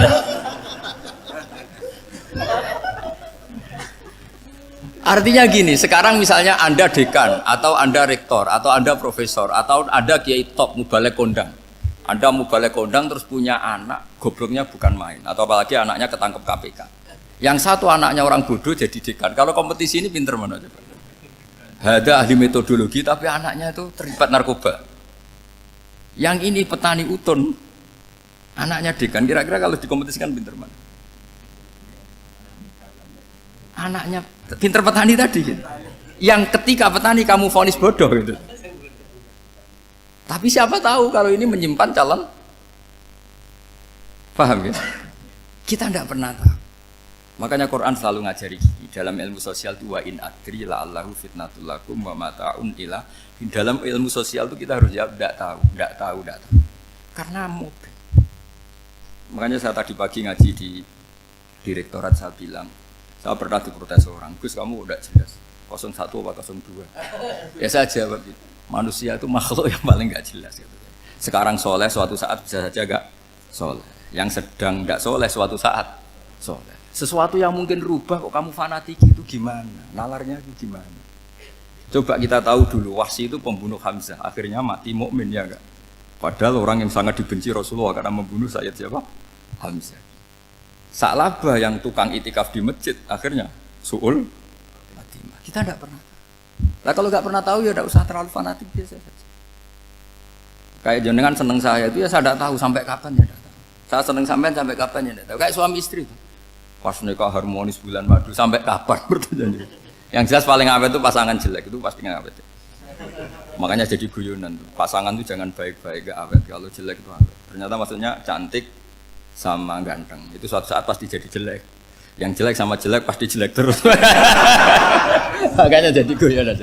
Kalau pasangan jelek itu awet katanya. Tapi kalau pasangan baik, ternyata baik wajahnya itu pasti gak awet. Suatu saat pasti jelek, tapi yang jelek awet. Karena mulai dulu ya jelek sampai gitu. Awet jeleknya maksudnya bukan. Ya jelas ya, jadi saya mohon sekali ini ilmu. Sampai ndak urusan, ini bukan urusan cocok ndak cocok, tapi ilmu. Ilmu harus kita dengar bahwa syariatnya para nabi itu yang sifatnya furu'iyah, tidak usuliyah, tidak tauhid itu potensi rubah. Sehingga mengkaji nasah mansuh itu satu keharusan seorang ulama. Makanya setiap ada syariat nabi, hal hadis syariah mu'abbadah amla, mansukhoh amla. Karena potensi itu tinggi. Kita tahu dulu semua nabi sholat menghadap apa? Baitul Maqdis. Era Rasulullah dipindah ke Ka'bah. Tapi kalau kamu katakan total Baitul Maqdis ya tidak juga. Nabi Ibrahim mulai dulu madhabnya ke Ka'bah. Tapi kalau Nabi Musa ke Baitul Maqdis. Terus kamu bilang ini 01, 02 ya memang syariat jadi sesuatu yang furu'iyah. Nah, kenapa ini furu'iyah? Jawabannya sederhana. Ketika seseorang menghadap Ka'bah itu menghadap batu apa menghadap Allah? Allah. Ketika menghadap Baitul Maqdis hakikatnya menghadap Allah apa menghadap Baitul Maqdis? Allah. Maka menghadap Ka'bah itu sebenarnya masalah furu'iyah. Yang masalah usuliyah adalah inni wajjahtu wajhiya lilladzi fataras samawati wal ardh. Yang permanen adalah menghadap Allah Subhanahu wa taala. Cuma secara prosedur syariatnya secara zahir menghadap Ka'bah. Maka potensi rubah karena ternyata itu furu'iyah. Untuk kiblatnya itu furu'iyah. Yang permanen adalah menghadap ke Allah Subhanahu wa taala. Ini penting ya. Jadi terus sekarang masih antar nabi apa di internal nabi? Ini sudah mau selesai waktunya, sudah habis ini. Internal. Ini sudah selesai, ini sudah pas ini. Mohon Pak Andi. Wah. Jam ini sudah. Sampai mana tadi? Diteruskan apa enggak? Sudah ya, sudah kayaknya sudah. Biar kelihatan cerdas terus. Sekali pertemuan sudah pinter gitu. Berapa? Setengah jam sudah pinter. Yang internal nabi apa antar nabi? Internal ya, sudah sekarang ke internal. Kalau internal lebih banyak lagi contohnya. Yang masyhur tentu masalah Baitul Maqdis. Dulu Rasulullah pernah sholat menghadap Baitul Maqdis 16 bulan. Berapa? 16 bulan, kila 17. Pokoknya khilafnya hanya 16 dan 17. Kalau ada bilang 10 bulan berarti gak pernah ngaji khilafnya. Karena khilafnya itu hanya 17 sama 16. Akhirnya sama Allah diminta disuruh menghadap ke Ka'bah. Saya ulang lagi, itu tetap masalah antar nabi sebetulnya. Begini. Makom itu kalau dalam bahasa Arab bukan kuburan. Kalau di Indonesia kan makomnya Sunan Bonang itu kan kuburan. Kalau makom dalam bahasa Arab itu sesuatu yang pernah dipakai singgah, itu namanya apa? Makom. Lalu Rasulullah itu pertama di Medina itu madhep Baitul Maqdis itu 16 bulan. Orang Yahudi senangnya bukan main. Sampai mereka bilang gini, Muhammad tuh gaya-gaya nantok punya agama baru, tapi kiblatnya ikut kita. Baguslah anak itu katanya, masih tahu diri katanya. Bagus katanya itu masih tahu diri. Jadi senangnya bukan main orang Yahudi. Karena kiblatnya Muhammad sama dengan mereka. Ya tentu mereka jangkar Muhammad, bukan Sayyidina Muhammad atau Rasul Muhammad, karena mereka masih gak iman. Nabi itu ya agak tersiksa karena beliau secara gen turunan Nabi Ibrahim dan kiblatnya Ibrahim itu Ka'bah. Agak tersiksa tapi sami'na wa ata'na tetap madhab ke Baitul Maqdis berapa? 16 bulan. Suatu saat Nabi Muhammad itu disuruh madhep Ka'bah. Ini dengerin. Akhirnya madhep ke Ka'bah. Apa yang terjadi? Orang Yahudi komentar gini, Muhammad itu gimana? Dia di perantauan, rindu sama keluarganya. Terus rindunya itu diaplikasikan jadi perilaku agama. Jadi dia madhep Ka'bah dianggap kangen. Kayak saya kan orang Rembang. Rembang itu apanya Jogja? Timurnya apa-apanya? Nggak, Jakarta itu mana Jakarta itu? Barat sana ya? Ibaratnya saya orang Jakarta, terus merantau di Jogja. Dulu kiblatnya itu menghadap ke timur. Terus ketika madhep ke barat kata sampean, wah itu padune kangen apa? Keluarga. Itu kurang ajar orang Yahudi. Jadi orang Yahudi itu memang paling pinter bully. Makanya kalau sampean tukang bully itu ya agak-agak ya enggak. Saya enggak ngomong agak ya pokoknya agak-agak ya. Pinter bully orang Yahudi. Makanya enggak ada orang debat sepinter orang Yahudi. Yang bisa ngalahkan hanya Tuhan itu. Orang Yahudi yang bisa ngalahkan hanya Tuhan. Sayyidina Ali orang paling terkenal cerdas. Itu kalau sama orang Yahudi itu pusing. Karena ya apa logikanya itu? Saya beri sekian contoh. Ada orang Yahudi tanya gini, Muhammad kalau kambing mati itu yang bunuh siapa? Ya Allah, mati langsung itu. Agama kamu itu aneh, Mak. Yang langsung sentuhan Allah haram, tapi yang lewat tangan-tangan jahil manusia malah halal. Harusnya itu yang halal kan orisinal, langsung Allah yang bunuh. Jadi uteknya itu aneh, dari cara berpikir itu aneh. Nah cara sampean ini kan, nak halal pangan kue. Tapi Nabi kan nggak boleh bertutur kata kasar gitu. Kalau yang jadi Nabi saya untalan ngono kan gitu. Tapi Nabi kan nggak boleh kasar. Jadi Nabi itu problem karena nggak boleh apa? Kasar. Kalau kita kan gampang, wis nak halal untalan kan selesai apa? Tapi Nabi nggak boleh kasar gitu. Jadi nggak Nabi, nggak sampean itu kan enak. Mau keliru ya pantas, mau apa saja pantas. Karena kan nggak panutan. Kalau Nabi nggak bisa meluruskan kebenaran itu harus tetap sesuai akhlak. Ya jadi agak kerepotan. Makanya punya Umar alhamdulillah ada yang nggak perlu aturan itu. Jadi enak. Jadi ya itu memang aturannya harus itu. Coba Nabi itu perang tapi nggak boleh bunuh. Kayak apa susahnya? Beliau jadi sasaran tembak tapi nggak boleh bunuh. Kalau sahabat kan enak, duel, relax, santai, bisa tarung. Kalau Nabi nggak boleh. Makanya Nabi meskipun ikut perang terus gak ada sejarah orang yang dibunuh. Ya, hanya satu peristiwa itu pun dibaca orang kafir, ditangkis Nabi, pedangnya kembali ke dia mati. Tapi gak ada yang Nabi. Karena Nabi kalau pembunuh nanti itu terus kayak pendekar kan, susah juga punya Nabi kok. Habis perang misalnya Nabi tanya, Muhammad habis orang berapa? 1000. Ya repot juga punya Nabi mantan apa? Pembunuh, meskipun yang dibunuh orang kafir. Tapi kan kayak apa ya? Fitrah manusia itu akan menolak kepemimpinan orang yang gitulah pokoknya nggak bisa diterangkan itu. Makanya Nabi itu nggak pernah bunuh, meskipun kayak apa musuhnya tapi nggak pernah bunuh. Untungnya di sekeliling orang-orang yang tadi. Jangan bilang itu suka bunuh ya, pokoknya perang gitu ya. Perang dengan bunuh itu beda loh. Kalau perang itu fair apa? Fair. Sampai mana tadi? Nabi Ibrahim ya tadi. Makom tadi saya ulang lagi. Nabi Muhammad menghadap ke Baitul Maqdis itu hanya Allah nuruti. Ini loh Nabi betul. Tahu betul bahwa di antara syariat adalah Baitul Maqdis karena semua Nabi pernah berkiblat Baitul Maqdis.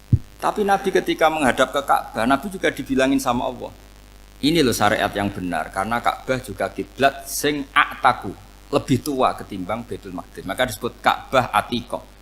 Ilal Baitil Atiq. Kalau Quran bahasakan Ka'bah apa? Wal yatawafu bil Baitil Atiq. Atiq itu tua sekali. Ya sudah. Ketika berstatus tua itu orang Yahudi seneng, mergo roh kelirune Muhammad. Mereka nantang, Muhammad ayo debat terbuka. Nabi rawuh. Bagaimana Anda bilang Ka'bah itu kiblat tertua? Wong Ka'bah itu pertama yang menghadap sana itu ya kamu. Semua Nabi menghadapnya ke Baitul Maqdis. Terus Nabi Muhammad mulai berargumentasi ilmiah tadi. Enggak, Ka'bah itu kiblatnya Ibrahim. Jadi Ibrahim dulu itu yang mulai dulu kiblatnya itu di Ka'bah. Terus orang itu tanya buktinya apa? Terus dijawab fihi ayatum bayinatum maqam Ibrahim. Ternyata di situ ada jejak kakinya Nabi Ibrahim, yaitu batu yang diinjak beliau ketika bangun Ka'bah. Itu argumentasi ilmiah. Lah bareng orang Yahudi kehilangan ilmu, itu gobloknya orang Yahudi. Makanya yang bisa mengalahkan Yahudi hanya Allah Subhanahu wa taala. Luang Ibrahim saja golongan kita, pengikut kita. Ibrahim itu pengikut Yahudi. Wah, itu Nabi mulai senyum-senyum, mulai tertawa-tawa. Wah, itu goblok orang terdidik. Karena itu ibaratnya kayak kamu bilang Soekarno itu pengagum Puan Maharani. Kira-kira seperti itu. Soekarno itu pengikut Puan, karena Yahuda itu Yahuda bin Yakub bin Ishak bin Ibrahim. Saya ulang lagi ya, nasabnya Yahudi ya Pak, Yahuda bin Yakub bin Ishak bin Ibrahim. Jadi Ibrahim itu mbah keempat dari Yahuda. Tapi karena mereka kalah debat, Ibrahim itu pengikut Yahudi, itu sama dengan bilang apa? Soekarno itu pengikut Puan Maharani. Itu kan jadi aneh. Atau Gus Dur pengikut Mbak Yeni, atau Basim Asari pengikut Mbak Yeni, itu kan aneh. Wah, akhirnya sama Allah diingatkan. Makanya ada ayat ha antum haula hajatum fi malakum bi ilm falimatu hajuna fi ma laysa lakum bi ilm. Perjanjian debat ini semuanya harus ilmiah. Tapi kenapa perdebatan Anda malah ndak ilmiah? Karena orang Yahudi iftadohu, malu semua. Wah, semuanya Muhammad itu satu-satunya kekalahan orang Yahudi. Tapi ayat-ayat seperti ini itu enggak populer. Ayat ha antum haula hajastum fi ma lakum bi ilm falimatu hajuna fi ma laysa lakum bi. Jadi Islam betapa hebatnya Islam. Kalau debat harus ilmiah. Dan Kanjeng Nabi menantang, ini perjanjian kita debat ini ilmiah. Kenapa sekarang jadi tidak ilmiah? Yaitu kamu mengatakan Ibrahim itu pengikut Yahudi, padahal Ibrahim dengan Yahudi itu dulu Ibrahim. Makanya ya mat kalah mat, tapi tetap ra Islam. Tapi nah, makanya terus Ka'bah dibuktikan ketuaannya lewat apa? Fihi ayatum bayinatum maqamu Ibrahim. Itu bukan makam kuburan. Karena makamnya Nabi Ibrahim tetap Hebron, temudi Palestina. Kira-kira itu Palestina. Jare Israel yo ning Israel, mbah menang di. Jare ning Israel yo ning Israel, jare Palestina ning. Saben ziarah ke sana di Hebron. Di makamnya Nabi siapa?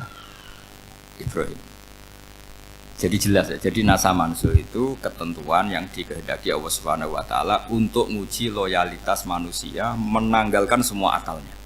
Makanya saya mohon sekali siapapun yang ngaji saya dimanapun, sekali-kali manusia itu harus menanggalkan akalnya. Sekali Anda pakai akal, maka Anda akan ingkar dengan nasa mansu. Nasa mansu itu hukum yang direvisi, yang dibatalkan. Makanya orang Yahudi lagi-lagi pinternya orang Yahudi.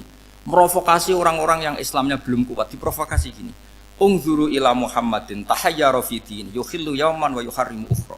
Lihat itu Muhammad, dia kebingungan cara beragama. Kadang bilang A, besok bilang B. Jadi nasa mansub dianggap satu bentuk kebingungan. Gak kurang ajar tapi. Wah, akhirnya sebagian orang yang murtad. Makanya nasa mansub itu satu peristiwa yang menjadikan banyak orang murtad. Karena diprovokasi orang Yahudi bahwa itu bentuk kebingungan Muhammad. Akhirnya terus saya qulu sufaha minan nasi ma wallahum an qiblatimul lati kanu alaiha. Nah, kelirunya orang Yahudi adalah ternyata nasa mansuh yang dipilih Rasulullah itu semuanya ada di Taurat dan Injil.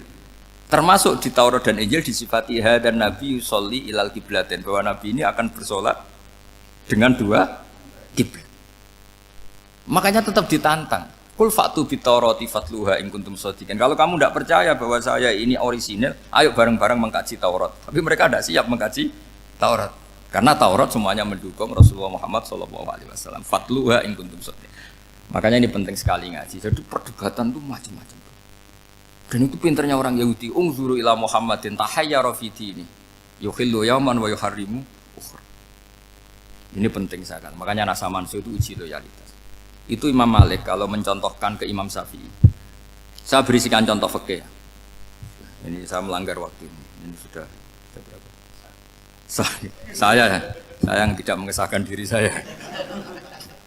Ya misalnya ini ya, ini kertas saya bawa ya, ini kertas saya bawa. Terus ini tak kasih uang misalnya, uang 100.000. Atau kalau contoh Imam Syafi'i dulu dididik Imam Malik begini. Ya Syafi'i kalau kamu punya 2 budak, 2 pembantu, kalau dulu kan masih ada budak, 2 pembantu lah kira-kira. Seneng mana, yang cerdas sama yang goblok? Seneng yang cerdas. Kalau yang nurut sama yang bantahan, seneng yang nurut. Lah yang nurut itu yang goblok. Makanya tinggal dibalik saja. Kamu tak beda ya. Seneng mana punya istri yang cerdas apa yang goblok? Coba jawab. Atau ibu-ibu mbak-mbak ini, seneng mana punya suami yang cerdas atau yang goblok? Kalau cerdas gak bisa diakali. Tapi goblok nurut tapi ya kadang sini-sini kan di sini. Nah, itu kan antar manusia. Masalahnya kita menghadapi Allah Subhanahu wa taala yang semua kita pasti bodoh. Kita menghadapi Allah Subhanahu wa taala yang semuanya kita pasti bodoh. Allah jelas ngendikan wa kanal insanu dzaluman jauhlah. Manusia itu banyak dolimnya. Dolim itu sifat mubalaghah. Kalau orang dolim sekali dolim, kalau sering zalum, kalau jahil biasa jahil, kalau banget jahili jahul. Bahasa Arab kan gitu memang. Ghafir pengampun biasa, kalau ghafur selalu mengampuni. Syakir, makanya sifatnya Allah Ta'ala ikut wazan fa'ul semua. Ghafur, syakur, atau diikutkan wazan fa'al. Kalau goblok biasa jahil, goblok banget jahal kan itu. Kafir biasa kafir, kalau kafir banget kafar. Ya, jadi wazan balaghah itu bisa fa'al, bisa fa'ul ya. Kafirin, kafar atau kafur. Paham ya? Malah ngaji nahwu. Ya, tapi ini memang perangkatnya ya. Ini kan perang mau tidak mau. Makanya misalnya Allah tidak suka kulla kafarin banget kafir ya, Pak. Paham ya? Kulla khawanin banget khianate. Kalau khain khianat biasa, kalau khawan sering khianat. Lah manusia itu kata Allah apa? Zaluman. Wis banget dolime, banget bodoh. Itu kalau yang ngarang hikam mencontohkan tuh gini, manusia itu pas bener saja salah, apalagi pas salah. Jadi manusia itu kata Imam yang ngarang hikam itu, man itu kanat mahasinhu masawiyah, fakih fala takunu masawihi masawiyah. Ketika baik saja buruk, apalagi ketika buruk. Coba kalau ada orang dermawan sama teman-temannya, tanyakan istrinya, duit dihambur-hambur, disikno konco ngalono bojo. Mesti gitu. Teman yang sering silaturahim ke teman-temannya, kata temannya baik, senang silaturahim, tanyakan istrinya, oh meninggali wong. Jadi manusia pas baik saja ada buruknya, apalagi pas buruk. Makanya dulu bapak saya ngajarin saya istiqomah ya apik ya, tapi kadang-kadang nak keterusan itu ora istiqomah ngangkangi orang dia tidak punya kesempatan. Misalnya ada imam masjid ngimami terus sampai tua sampai mau mati, itu istiqomah apa tidak memberi peluang yang lain? Tidak jawab aja. Jadi itu manusia. Jadi pas baik saja buruk, apalagi pas buruk. Kayak saya gini di sini ngajar baik, tapi saya ada tidak sopannya harus di atas. Padahal banyak orang sepuh, ada Pak On, ada beberapa yang kan terpaksa nggak sopan. Tapi sama yang nyuruh, berarti sama yang dosa. Kemarin saya minta di bawah supaya ganjaran saya utuh. Ini gara-gara begini ganjaran saya ini agak terkredit apa terdebat itu karena itu saya teruskan. Jadi manusia itu punya sisi itu karena manusia itu dzalum dan apa jahul wa kanal insanu dzaluman. Problemnya ini ngadepi Allah yang selalu pinter, yang kita selalu bodoh. Misalnya gini, kamu ditanya Allah, ini contohnya Imam Malik, ikla hadi sokhroh fa inna tahtaha dhahaban. Coba bongkahan batu itu kamu angkat, di bawahnya ada emas.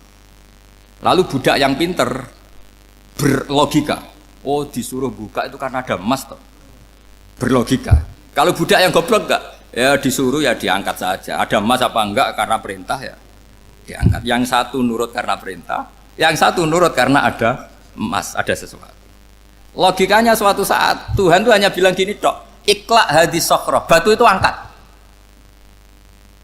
Yang nurut yang goblok permanen tadi kan langsung ngangkat. Yang pinter, ini ada apa lagi Gusti kok harus diangkat? Ya gak ada apa-apa, nyuruh saja kata Allah gitu. Wah tidak bisa, sesuatu harus ada alasannya. Itu kira-kira mangkel loh Pak? Oh mangkel. Nah, logikanya manusia seperti itu. Makanya dua murid pinter, di rakyat pinter, presiden ya susah mesti demo. Goblok ya susah di sini-sini uang. Ini kan nggak ada pilihan. Memang manusia itu nggak ada pilihan. Nah sekarang masalahnya gini di fikih ini saya kembali lagi ke fikih. Pertanyaannya secara fikih begini, misalnya iddah. Iddah itu seorang perempuan ditinggal mati suaminya atau ditinggal atau cerai. Itu kan ada namanya apa? Iddah. Iddah itu memastikan apa tujuannya? Memastikan rahim itu steril dari mani atau sperma zaut awal. Supaya nanti kalau dinikah orang lain tidak terjadi ikhtilatul nasab. Oke, berarti iddah kita beri argumentasi secara ilmiah li baro'atir rohmi. Jadi misalnya Zaid menceraikan istrinya Sri dalam keadaan masih bisa haid. Iddahnya 3 kali masa suci. Wal mutallaqatu yatarabbasna bi anfusina salah satu guru. Lalu karena secara teori medis kalau haid berarti bukti tidak hamil. Apalagi kalau haidnya terulang-ulang sampai 3 kali pasti tidak hamil. Sehingga kalau nanti dinikahi orang lain pasti kalau ada anak ya anaknya zaud sani atau zaud kedua. Berarti alasan iddah li baro'atir rohmi. Oke, kita sok pinter, sok bijak. Pertanyaannya adalah sekarang sudah baru 1 bulan suaminya di Malaysia nggak pernah ngumpuli, dicek di medis juga berbukti tidak hamil. Apakah boleh tanpa iddah? Semua ulama mengatakan tidak boleh. Tapi ini kan rahimnya jelas bersih. Ya karena iddah itu nuruti perintah pangeran, pokoknya tetap iddah. 3 kali masa suci, 3 kali masa suci atau masa haid itu ada perdebatan ulama. Tapi kan ini terbukti bersih Gus. Meskipun terbukti bersih, kata Allah harus iddah 3 bulan atau berapa? Kira-kira 3 bulan, 4 bulan ya tetap harus iddah. Kowe milih mana? Sok pinter, Gusti. Berhubung ini, pangeran mbok terangno gitu. Berhubung. Jadi Tuhan apa mbok wari? Berhubung Gusti. Ini jelas steril dari sperma zaut awal. Enggak usah iddah Gusti. Sama aja kamu disuruh majikan kamu ikhla hadis sakhra. Berhubung enggak ada apa-apa, enggak usah ya. Kira-kira mangkel ndak budak yang seperti itu? Mangkel. Maka dibutuhkan kebodohan dalam beragama. Betul itu memang. Makanya Nabi itu unik, pernah bilang itu gini, aksaru ahlil jannah al-bulhu, aki-aki penduduk swarga itu al-bulhu, wong goblok-goblok. Maksudnya goblok yang jenis ini, bukan goblok betulan maksudnya. Maksudnya goblok jenis ini itu ya tetap pinter, tapi pinternya dibuang, pura-pura goblok demi samina. Jadi saya misalnya kok pinter dan goblok tadi sekaligus. Pinter dan goblok. Ya bah ikhla hadis sakhra fa inna tahta hadaban. Tak angkat karena saya tahu di bawah ada emas. Tapi di hati saya sajane ya mergo perintah. Suatu saat kok disuruh Allah ikhla hadis sakhra, perintah ya tak angkat. Ya sudah. Jadi ya pinter ya goblok. Saya tahu namanya perintahnya Allah pasti ada hikmahnya. Hikmahnya iddah adalah li baro'atir rohmi. Tapi hikmahnya jadi kawula adalah nurut perintah Allah, cek tahu alasannya maupun tidak. Lah di sini ada illatul hukmi untuk membangun kecerdasan, tapi ada loyalitas untuk membangun ubudi. Ya, bahwa kita ini kawula roh tetap loyal. Makanya tadi pagi saya cerita Sayyidina Umar. Sayyidina Umar kayak apa cerdasnya? Tapi tetap ubudi ya. Yaitu Rasulullah SAW sering dibully orang kafir. Muhammad tuh gaya-gaya nantok. Wong ra oleh nyembah berhala, ra oleh nyembah watu, jebule dekne nyembah Hajar Aswad. Karena dilihat dari jauh kan tetap nyium Hajar Aswad. Coba kalau kamu lihat dari jauh, kamu sujud dari jauh kan kayak sujud sama batu. Makanya Sayyidina Umar karena orang kafir masih cara berpikir gitu, tiap nyium Hajar Aswad itu komentar gedumel itu. Alim tu annaka hajarun la tadurru wa la tanfa. Walau la anni ra'aitu Rasulullah qabbalaka ma qabbaltuka. Aku roh nak ke watu, ya ramandoroti ramanfaati. Kalau saja saya tidak melihat Nabi nyium kamu, saya tidak sudi nyium kamu. Jadi tidak berdoa, doa mustajab itu tidak berutuh. Karena apa? Umar tahu ini masalah secara tauhid. Kalau saya doa di depan Hajar Aswad nanti dikira syirik karena berdoa di depan batu. Tapi kalau saya tidak nyium, nyulayani sunnah Rasul, yaitu nyium Hajar, wis tengah-tengah nyium sambil gerutu, itu sudah kompromi. Ya nyium tapi gerutu. Kayak apa? Makanya ya dia cerdas tapi ya goblok tadi ya cerdas. Itu uniknya Rasulullah. Jadi muji orang pintar ya sudah langit. Tapi Nabi pernah dalam satu hadis mengatakan aksaru ahlil jannah al-bulhu. Aki-aki penduduk swarga itu orang bodoh. Artinya orang bodoh itu bukan bodoh betulan. Dia meninggalkan akalnya demi loyalitas ubudiyah. Nah, untuk menutup sesi ini terakhir betul, tak tutup setelah ini selesai. Untuk menutup itu bukti begini, perang Badar itu perang yang nggak mungkin dimenangkan umat Islam karena orang kafir itu 1000 dengan pasukan full dengan peralatan perang full. Rasulullah itu tahun kedua Hijriah itu pasukannya hanya 313. Itu pun pedang itu untuk orang 5 itu hanya ada pedang 1. Jadi kalau mau dibaca orang sih, kang milih pedangnya aku. Itu kan nggak kebayang perang dalam keadaan seperti itu. Jadi mesti kalah, orang kok mungkin kalah mesti. Tapi Nabi tetap bilang, saya ini disuruh Allah perang, ya harus berangkat. Yaitu perang Badar. Kata para sahabat, ya Rasulullah ini nggak masuk akal, sudah nggak usah perang, ini nggak masuk akal, mau setor nyawa. Sudah gitu dadaan, nggak ada persiapan. Lucunya apa? Sahabat itu ketika Nabi tetap berangkat. La akhrujanna walau waqti. Nabi menginginkan saya tetap berangkat meskipun sendi. Setelah Nabi berangkat sekian meter, tuh sahabat ikut semua. Kata Nabi, lah kamu kok ikut? Ya ikut saja. Kata kamu mesti kalah. Ya anggap saja setor nyawa. Demi loyalitas pada jenengan. Itu makanya nggak ada periode sebaik periode sahabat. Tapi yang gerutunya jalan. Karena gerutu ini bawaan ilmiah. Makanya kita loyal sama presiden. Tapi yang nggak cocok ya gerutunya jalan. Tapi bawaan mencintai Indonesia tetap jaga stabilitas. Itu bawaan cinta Indonesia, bukan cinta pejabatnya kadang. Gerutunya jalan, tapi bawaan loyal sama Indonesia tetap mengaku. Bawaan loyal sama Rasulullah tetap ikut perang, bawaan akal karena nggak masuk akal ya gerutu. Dan itu uniknya Quran itu mengapresiasi itu dan dianggap nggak masalah. Saya bacakan ayatnya. Kama akhrajaka rabbuka min baitika bil haqq wa inna fariqam minal mu'minina lakarihun yujadilunaka fil haqqi ba'dama tabayyana ka'annama yusaquna ilal mauti wa hum yanzurun. Peristiwa Badar ada peristiwa kamu itu keluar untuk perang. Sahabat kamu ngikuti, tapi mereka lakarihun, enggak senang sebetulnya. Karena enggak masuk akal. Ya gremeng tapi ya derek. Yujadilunaka fil haqq, mereka mendebat kamu dalam kebenaran. Jadi ya Rasulullah wong perang karuan kalah jenengan lakoni alasane nopo? Lah kok melok? Ya saya harus ikut jenengan Nabi. Itu unik. Kalau orang sekarang mana mau, kalau nggak masuk akal nggak mau melakukan. Coba misalnya istri kamu belajarnya dikurangi, anggap saja petualangan latihan hidup di masa lalu, nggak mau. Padahal petualangan itu hal yang indah. Petualangan itu kan hal yang indah, kan nggak mau. Oh ngirit aja alasan. Tapi lucunya kalau dijak camping bermiskin-miskin di hutan mau. Karena karpe dhewe, tapi nak suami yang ngongkon. Ayolah seminggu ini kita model miskin, anggap saja petualangan masa lalu. Enggak mau. Karena pinter, apa? Coba kalau bodoh. Ya ngono ya rapopo Mas. Tapi resikonya nak bodoh, pas kamu sakit ya dibiarin. Karena dia melihat sakit kan biasa, namanya manusia. Jadi makanya ini pilihannya susah, hidup itu malah susah makanya ini. Jadi uniknya Quran gitu, Quran itu membolehkan psikologi manusia. Makanya Allah ngendikan kutiba alaikumul qital wa huwa kurhul lakum. Ya saya tahu kamu tidak suka perang. Allah yang ngakui wa huwa kurhul, enggak apa-apa. Tapi ketidaksenangan kita harus dilawan demi mengikuti Allah dan misalnya perempuan Allah juga gitu, wa ashiruhunna bil ma'ruf. Gauli istri kamu muamalah secara baik. Kata Allah fa in karihtumuhunna fasa antakrahu syai'a wa ja'alallahu fi khairan katsira. Mungkin ada watak yang kamu tidak suka, tapi di situ ada kebaikan. Allah ngaku yang namanya suami mesti ada watak yang enggak suka dari istrinya. Juga sebaliknya lebih banyak lagi yang suami istri kamu enggak suka watak kamu. Juga enggak suka hidung kamu, wajah kamu banyak lah enggak disuka. Tapi demi kestabilan negara suami istri ini, mereka loyal, justru itu bagus. Maka jagalah ilmu, juga jagalah loyalitas. Itu yang perlu saya utarakan. Jadi makanya agama ini dibangun dua. Satu kecerdasan hikmah, yaitu ya al-hukmu ya duru ma'ilati wujudan wa adaman. Tapi juga ada ubudiyah, bahwa agama ini milik Allah. Maka sami'na wa ata'na. Karena begini logikanya, saya ulang lagi masalah batu. Iqla hadis sokhro fa inna tahta hadaban. Terus saya angkat. Pembantu saya ngangkat. Dia saya gaji atas nama apa? Nurut kan? Atas nama menemukan emas apa atas nama nurut? Nurut, karena emas itu juga penemuan saya, milik saya.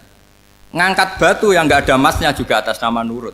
Jadi rapot yang saya berikan ke pembantu saya itu tentang nurut dan tidak nurut. Saya kan tidak peduli dengan cerdas dan tidak cerdas. Itu kan tidak sesuatu yang menguntungkan saya. Nah Allah juga gitu. Kecerdasan kamu, pinter kamu itu tidak menguntungkan Allah Subhanahu wa Ta'ala. Karena Allah itu tidak butuh pinter kamu, cerdas kamu. Allah hanya butuh mental ubudiyah kamu. Makanya Allah mensifati nabinya hanya subhanalladzi asra bi abdihi. Karena status tertinggi manusia adalah sifat kehambaan. Makanya ya Tuhan nafsul mutmainnah irji'i ila rabbiki radiyatan mardiyah fadkhuli fi ibadi. Berstatuslah sebagai hamba baru wadkhuli jannah. Nah kalau kamu berstatus hamba ya harus baik, gak usah kakek bantah. Coba kalau kamu rasional, ya Allah kenapa bikin surga nanti-nanti? Engkau kan bikin sekarang, ngapain repot-repot nanti? Jadi kacau semua agama. Makanya yang perlu didahulukan adalah status ya Tuhan nafsul mutmainnah irji'i ila rabbiki radiyatan mardiyah fadkhuli fi ibadi. Masuklah berstatus sebagai hamba saya. Khasnya hamba tadi ya cerdas karena semua yang diperintahkan Allah pasti ada hikmahnya. Tapi kecerdasan ini kadang kita tinggalkan demi loyalitas ubudiyah. Terus ngoten mawon kula ngapunten ingkang kathah mugi-mugi niki barokah. Wassalamualaikum warahmatullahi wabarakatuh.